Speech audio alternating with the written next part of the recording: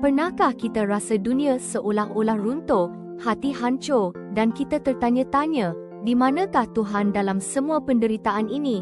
Kita meratap, mencari jawapan dalam kegelapan, seolah-olah suara kita tidak didengari. Setiap langkah terasa berat, setiap hari dipenuhi persoalan. Mengapa Dia mengizinkan semua ini berlaku? Adakah ini hukuman atau hikmah tersembunyi yang kita gagal fahami? Namun, di sebalik setiap ujian yang datang, di sebalik air mata yang gugur, ada suara yang berbisik, suara yang mengajak kita melihat melampaui rasa sakit, melampaui kekecewaan.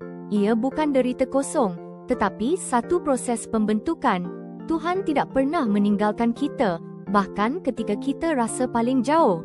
Sebaliknya, Dia menggunakan kesulitan untuk membentuk karakter, menguatkan iman, dan menunjukkan siapa Dia sebenarnya. Kerana melalui setiap liku hidup, Dia ingin kita benar-benar mengenalinya.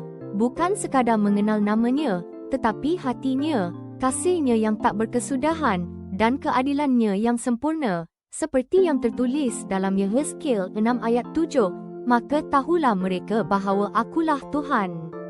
Ini adalah janji-Nya kepada kita.